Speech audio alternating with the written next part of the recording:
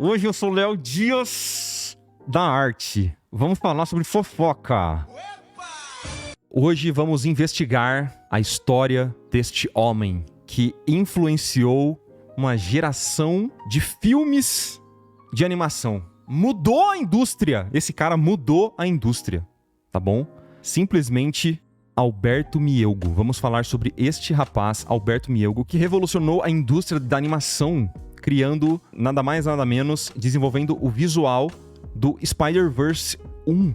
Vamos dar uma olhada nas artes desse cara e ler uma fofoquita que é das boas, hein? Você que gosta de fofoca, fica até o final desse vídeo, hein? Fica até o final desse vídeo que vai ter fofoca hoje, hein? Vai ter fofoca. Enfim, esse cara é sensacional, velho. E de verdade, assim, a gente sempre traz filmes, trailers, jogos. E o que esse cara influenciou uma geração é brincadeira, tá? Claro que ele se inspira em muitas coisas, mas quando eu olhei esse tipo de arte pela primeira vez, eu senti aquela brisa. Tem algo novo pairando no ar.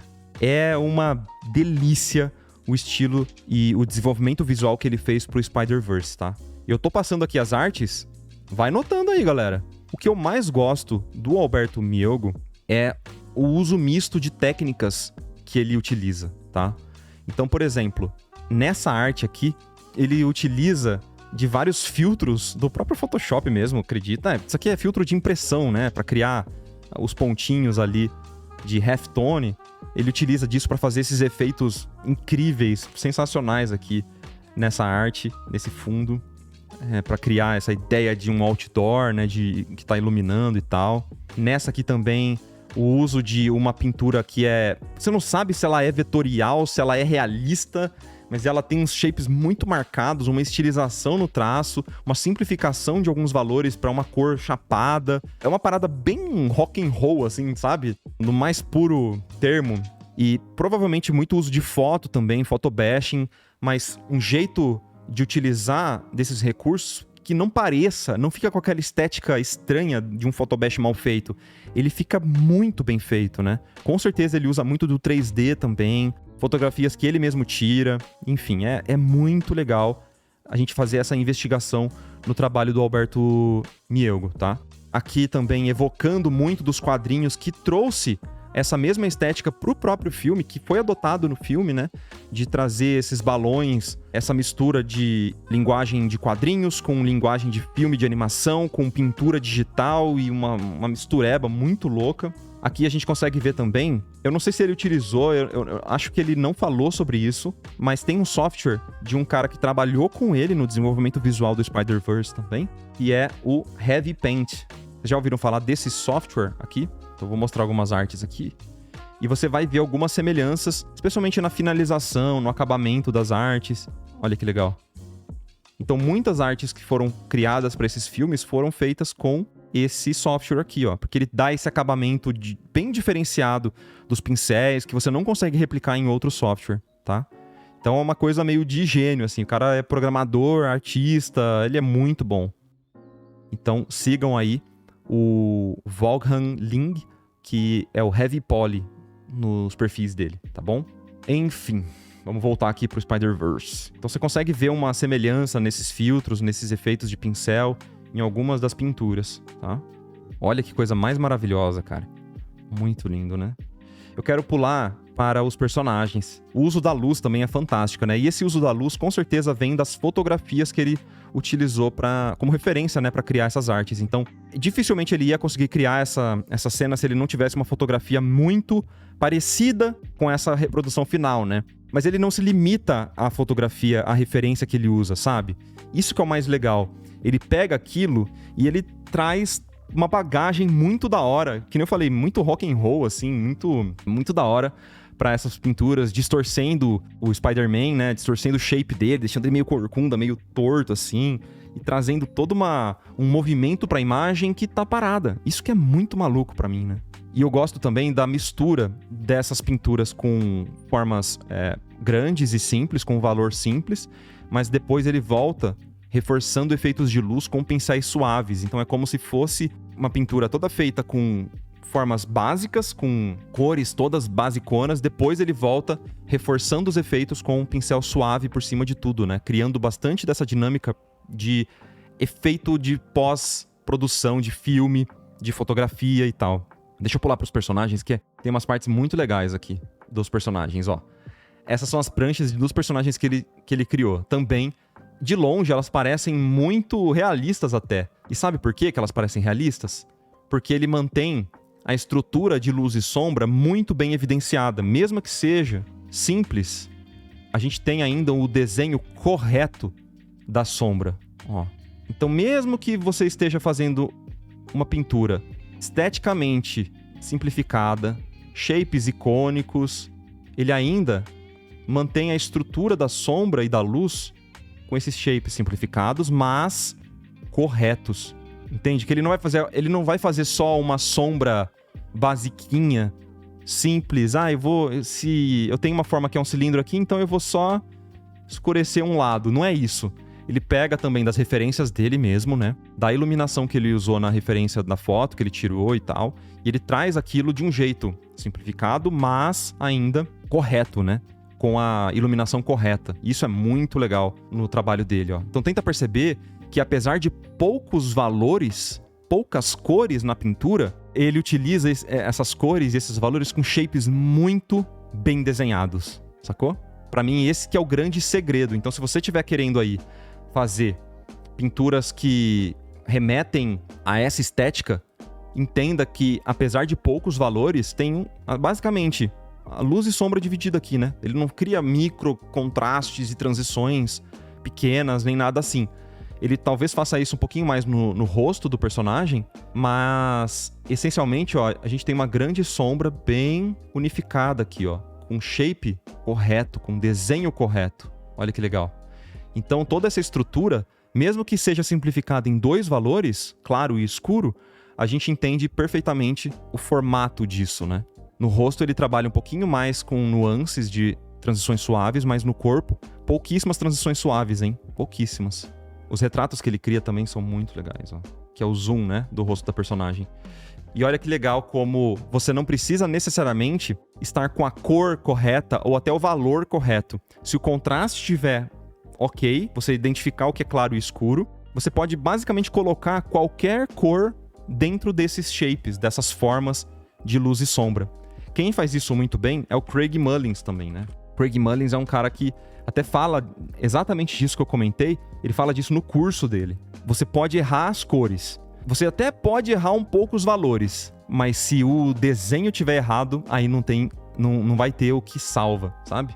Se você pega aqui uma arte do próprio Craig Mullins, basicamente você consegue observar que ele preenche essas áreas, não precisa ter uma cor correta necessariamente, nem um preenchimento sem textura. Ele pode preencher com o pincel que for, com a cor que for, mas tendo o contraste correto entre o claro e o escuro e o shape dessa sombra bem posicionado, correto, né, com o design correto, com o desenho correto, ele já consegue passar a impressão dessas formas, do que ele tá querendo contar aqui, ó. A mesma coisa, sacou?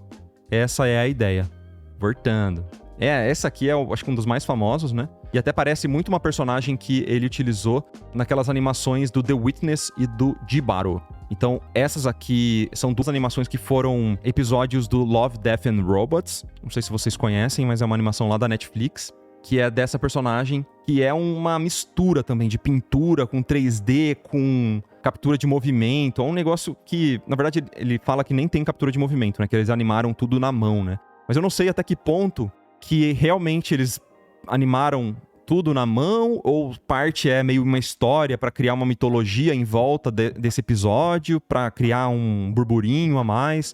Mas enfim, independente do que de como foi feito, não dá para negar que é uma animação sensacional. Ela é estranhíssima, e como é meio um episódio de terror, nesse caso do Jibaro, né? Essa estranheza é perfeita pra esse tipo de episódio, cara. Então, não vou dar muitos spoilers, assistam só esses 2 episódios, já vai valer bastante a pena, porque são muito bem produzidos, muito bem feitos, tá? Enfim, eu falei que teria fofoca no final desse vídeo, e eu não vou deixar vocês na mão. Haha, tamo aqui, ó. Eu vou ler do próprio site do Alberto Mielgo qual que foi a situação e a relação que ele teve com esse filme, porque ele foi uma das pessoas que desenvolveu o visual do Spider-Verse, certo? E o Spider-Verse, se eu não me engano, ganhou até Oscar, né? Então eu quero traduzir pra gente entender um pouco da relação dele com esse filme. Por que não tá aqui em animação, por exemplo? Por que tá em comercial, né? Estranho isso, mas enfim. Vamos lá. Por favor, permita-me explicar sobre o meu papel misterioso no filme Into the Spider-Verse, da Sony, como consultor visual, entre aspas. Há 3 anos, ou um pouco mais, isso aqui já faz tempo, tá, galera? Isso aqui foi escrito há mais tempo do que a gente tá vendo agora. Ele foi contratado pela Sony como designer de produção / diretor de arte. Sempre prefiro muito mais o som de direção de arte do que design de produção, apesar do status ou hierarquia. E também fui contratado para dirigir um pequeno clipe que acabou se chamando O Teste de Animação. Muito cedo, tão cedo que eu tinha um enorme segundo andar vazio só para mim. E foi assim por alguns meses. Nenhum diretor ou produtor foi contratado para o filme naquele momento. Então ele estava lá sozinho, num segundo andar inteiro só para ele, para desenvolver o visual desse filme, né? Como diretor de arte desse filme. Meu principal objetivo no início era explorar o mundo, os quadrinhos, o passado do Homem-Aranha, a cinematografia, a linguagem, o estilo, as possibilidades, para definir a coisa mais incrível de todas, basicamente. Algo que acidentalmente ou propositalmente sempre quero fazer em meus projetos é quebrar o visual e a pipeline repetitivos e de muito sucesso que todos os grandes Giant Corps, né? Aqui ele tá falando das grandes produtoras da animação, vinham quebrando na nossa cara na última década. Até um ponto que é difícil diferenciar quem fez o quê.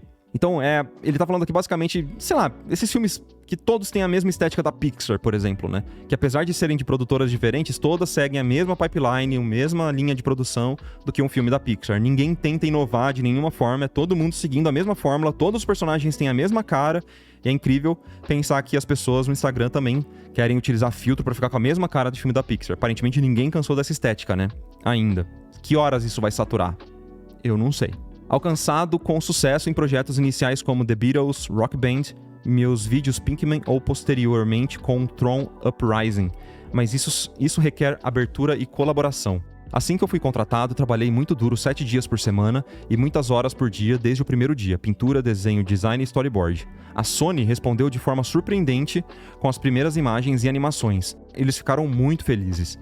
Eu me senti poderoso e super confiante, em parte porque estava fazendo um bom trabalho, mas também em parte porque a Sony me fez sentir assim. A Sony foi generosa e aberta a tudo. Tudo que eu pedi me foi dado. Contratamos meu time dos sonhos. Todos os meus artistas favoritos e colaboradores de longa data. Vaughan Ling, que eu mostrei pra vocês, né? Do Heavy Poly. Yoon Ling, Neil Ross, Craig Mullins. Oh, Craig Mullins, hein? Também citado aqui. Beeple, Peter Chan, Jesus Alonso Iglesias, Vanderlight, Rob Ruppel, Raffaello Vecchioni. Eles me deram um traje do Homem-Aranha para as minhas referências para o personagem e viagens para Nova York com um ótimo localizador de locações que me levou a nenhuma área pública super restrita para tirar milhões de fotos e sentir como deve ser o Homem-Aranha. Bom, isso aqui deve ser uma piadinha dele, né? Inferno de vertigem, devo dizer. Holy fuck. Chegar lá e me perder por Nova York com a minha câmera em busca de locações foi sem dúvida um dos momentos mais incríveis da minha carreira até agora. De qualquer forma, a Sony me permitiu todas as minhas excentricidades. E isso é uma coisa que ele sempre faz nos projetos dele, pelo que eu já vi de entrevista. Ele vai pro local que ele gostaria de retratar na animação e ele tira milhares de fotos, ele grava o áudio daquele lugar para ele sentir depois, quando estiver de volta no estúdio, sentir a emoção que era estar ali. Ele fez a mesma coisa pro Dibaru, ele passou um tempasso ali, acho que uma semana, naquela mesma florestinha ali que se passa o curta, né? E gravou no iPhone dele o áudio que foi utilizado no próprio filme, sabe? Então ele faz uma imersão nesses lugares, né? O teste de animação resultou em poucos clipes para explorar a técnica e o estilo. Mais uma vez, a Sony 5 Stars me deu uma equipe completa e luxuosa de técnicos, artistas, softwares, hardware, animadores, artistas 3D e modeladores de alto nível. Pessoas com muita paciência que no início não entenderam muito bem o que eu tinha na cabeça, mas juntos, e milhares de pinturas, camadas, renderizações e uma quantidade incrível de arte, todos nós desenvolvemos as 3 ou 4 fotos mais espetaculares que eu já vi, pelo menos na época. Nossa, que trabalhão, né, mano? Não era só apertar um botão? Espero que a Sony os publique algum dia e espero que eles não me deem um crédito de conselheiro, entre aspas, por isso. Desculpe, isso está ficando muito longo. Nesse ponto da sua leitura, você provavelmente descobriu que eu fui demitido em algum momento dessa história. Depois de quase 2 anos, 1 ano e meio, acho que a Sony e eu não nos dávamos muito bem e eu fui demitido. De onde veio a decisão ou onde foi iniciada ainda é um mistério. Essa foi uma surpresa muito dolorosa para mim, minha equipe e muitos outros. Tínhamos principalmente discrepâncias técnicas e de estilo, mas eu não sabia que eram tão grandes. A forma como eu queria fazer as coisas e a forma como a Sony queria fazer as coisas, pelo menos naquela altura, né, eram diferentes. Acho que foi um momento muito difícil para a Sony também. Como um artista muito intenso e excêntrico que sou, aluguei um U-Haul. Esvaziei meu escritório em poucas horas, saí do prédio o mais rápido que pude e, bastante ofendido, deixei de ser amigo de todos no Facebook. Ele tá zoando, tá? Mas ele tá falando sério, mas tá zoando. Isso agora explica minha postagem furiosa em dezembro de 2017, com o lançamento do primeiro teaser de animação. Espero que isso responda às suas perguntas. Não vou deletar essa postagem, mas peço desculpas se desrespeitei os artistas envolvidos em tal peça de animação. Foi um momento muito difícil, até porque eu tive que deixar todos os meus artistas, toda a minha arte, muitos tutoriais de pintura e todas as minhas ideias para trás. Se você é um artista, pode imaginar a sensação. Outros artistas, outros diretores e diretores de arte e designers de produção se juntam à equipe, uma tarefa difícil para todos eles. Se juntaram à equipe, né? Pessoas corajosas, com novas energias, prontos para continuar o que eu deixei. Quero parabenizar absolutamente todo mundo, minha equipe original e uma enorme quantidade de artistas que vieram depois. Todos os artistas, produtores e técnicos, minha visão original com certeza poderia ter sido um filme diferente. Pior filme ou melhor filme, isso não importa. Um filme, assim como uma vida, tem muitos futuros possíveis. O filme, na verdade, fala sobre dimensões, e esse é o meu ponto. O filme que eu imaginei vive felizmente em outra dimensão, e posso sentir que todos foram muito inspirados nessa versão inicial, na base inicial. Acredite, não estou tentando reivindicar qualquer autoria porque esse filme tem muitos autores, centenas de artistas, produtores, animadores, 3 diretores, modeladores, tratadores, shaders... Ok, tem bastante. Enorme quantidade de cérebros criando um gasoduto corajoso. Por favor, tenha em mente que quando eu saí, ainda havia um filme completo para ser feito. A animação é tão colaborativa e inclusiva. Mais do que qualquer arte que eu conheça, todos são autores e responsáveis desse filme. Eu sei muito bem que esse filme não foi fácil. Não foi fácil quando estive lá, não foi fácil quando eu saí. Mais de 100 minutos de animação são muitos minutos. E o filme preserva a parte mais importante: criar algo diferente do que geralmente vemos a animação convencional. Desculpe, demorei, eu só queria explicar sobre esse crédito estranho de consultor visual que acabei ganhando no filme. As pessoas continuam perguntando. A razão pela qual a Sony, os diretores e produtores não mencionam tanto meu trabalho por aí, ou se seu misterioso crédito de consultor visual não é ruim ou não é bom, justo ou injusto, é mais um problema de eu mesmo obter aconselhamento jurídico ruim. Não me importo desde que eu possa escrever um texto sobre isso e pelo menos ter poucas pessoas lendo.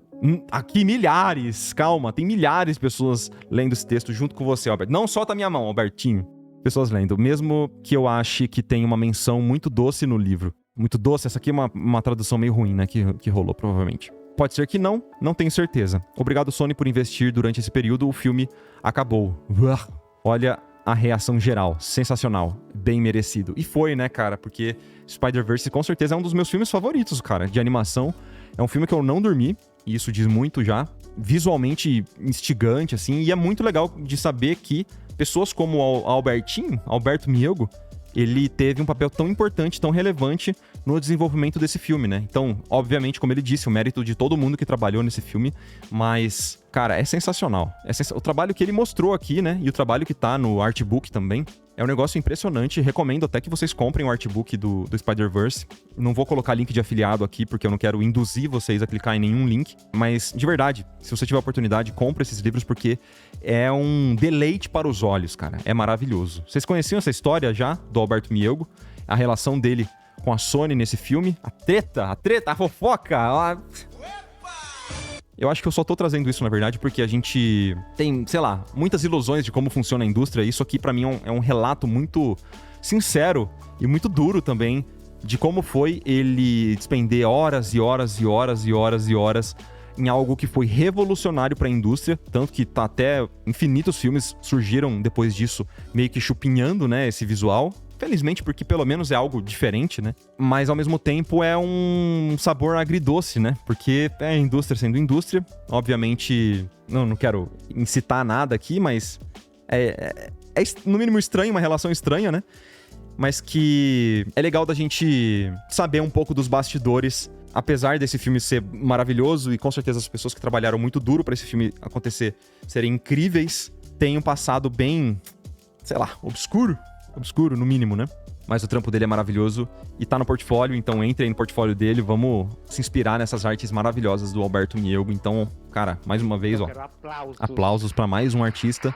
Muito legal, né, cara? Eu acho muito legal a gente ler um pouco sobre os bastidores da indústria do cinema, assim, que é uma indústria que eu não tenho muito contato, mas que a gente sabe aqui, né? Um diz que não sei o que, mas ler um relato tão cru, assim, é bem legal, né? É bem legal. Curtiram? Da hora? Conversamos sobre Alberto Mielgo? Tem artes aqui que eu recomendo que vocês vejam na casa de vocês, porque eu não posso trazer aqui na live, senão o YouTube derruba a minha live, tá bom? Então, vejam aí por sua conta e risco, porque ele gosta de desenhar muita nudez, né? Faz parte, eu gosto bastante do trampo dele, gosto bastante dessas artes. Quais filmes que seguiram, assim, depois do Spider-Verse, tenta manter essa estética, assim, ou até tenta inovar? Que eu me lembro, tem Spider-Verse, claro, né? Spider-Verse 2, Arcane, Gato de Botas, Tartarugas Ninjas. Deixem também, por favor, nos comentários aí outros que provavelmente eu esqueci, tá bom? O Gato de Botas é sensacional. A gente podia também só falar um dia sobre Gato de Botas, porque bom demais, hein, Gato de Botas. Visualmente, fantástico. Essa fofoca foi muito boa, não sabia disso. Aí, ó. Essa live também é informação, tá bom? E fofoca.